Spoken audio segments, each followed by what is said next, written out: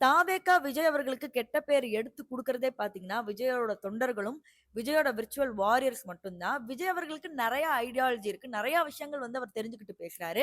ஆனா, அவங்க ரசிகர்கள் கிணத்துல போட்ட கல்லு மாதிரி அப்படியே தான் இருக்குறாங்க. ரூ. 20,00,000 பணம் குடுத்தோனே என்ன பேசுறாங்க இந்த மாதிரி, என் பையன் வந்து விஜயோட மூஞ்சி பார்த்தனால தானே போனாரு. பரவால்ல. அவன கிட்ட நின்னு பார்த்தா செத்து போயிட்டான்ல.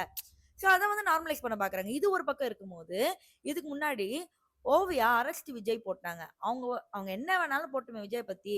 ஒரு கும்பலா போய் ஒரு 500, 1000 பேர் போயிட்டு, "ஓவியா, வேற ஏதோ அப்படின்னு சொல்லி அப்படி திட்டுறீங்க. இப்ப வரைக்கும் கமெண்ட் செக்ஷன்ல அப்யூஸ் பண்ணிட்டு இருக்கீங்க. அ டிஎம்ல போய் தனியா ஃபோட்டோ அனுப்பிச்சு என்னென்னமோ பண்றீங்க.